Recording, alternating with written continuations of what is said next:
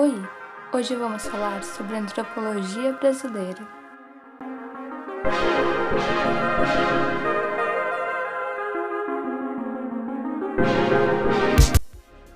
A antropologia mundial tinha seu interesse concentrado nas populações marginalizadas.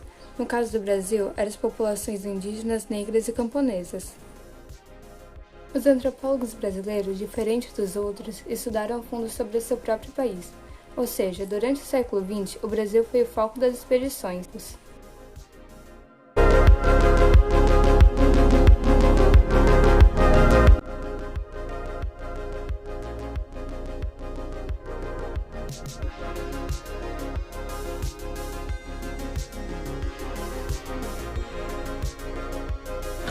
A antropologia e a cultura popular. Era aproximadamente 1950 quando muitos antropólogos se dedicaram a estudar pequenas cidades ou vilas de transição rural e urbana. Eles descreviam aquelas comunidades como entidades autônomas e funcionais, comparáveis a um organismo vivo que funciona graças à boa interação entre suas partes. Isso partia da mesma tradição estadunidense que influenciava outras áreas da antropologia brasileira.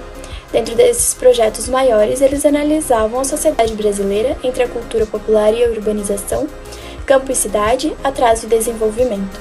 Havia duas perspectivas associadas a diferenças culturais. De um lado, foco nas culturas rurais e de outro, nas populações imigrantes e em suas próprias comunidades. A principal questão da época era a transformação social e cultural em curso na urbanização crescente. Entre as décadas de 1930 e 1960 foram feitos estudos de caráter funcionalista, com foco principalmente na relação das populações indígenas e também do folclore. Em 1960, Florestan Fernandes e Octávio Yanni fizeram trabalhos em que a população deixava de ser entendida como um vestígio do passado e um sinônimo de atraso. Nessa mesma época, começou a crescer o número de cientistas sociais no Brasil. Dali em diante, a antropologia teve outros objetos de estudo.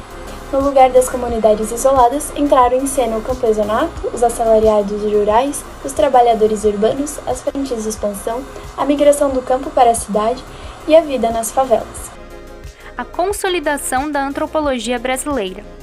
A antropologia se voltou para temas múltiplos na cidade, no campo e entre as populações indígenas.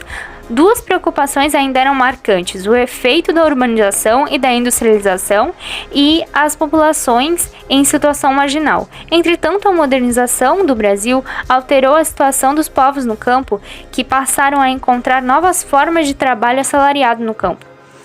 As populações indígenas foram muito afetadas pelo avanço sobre seus territórios ancestrais.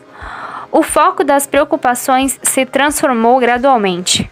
Nesse contexto, a antropologia brasileira passou a buscar uma dimensão mais abrangente, refletindo sobre o avanço do capitalismo no universo rural e a emergência de um proletariado rural, entre outros temas. Antropologia e relações raciais. A partir do fim dos anos 1960, a cidade e suas diferentes populações passaram a construir um novo campo de análise por conta da crescente urbanização no país naquela época. Os estudos de comunidade da década de 1940 já seria o antecessor de uma antropologia urbana inspirada na escola de Chicago, nas décadas de 1920 a 1930. Empreenderam uma verdadeira etnografia urbana. Ao olhar para a realidade, a antropologia começou a pensar como se possibilitou todas as experiências urbanas, seja elas classe média, alta ou baixa. Começou a estudar tanto as relações sexuais entre jovens e adolescentes, como também começou a se preocupar na educação de novas gerações, possibilitando novas escolas, novos ensinos e novos meios de trabalho, seja na agricultura ou no meio urbano.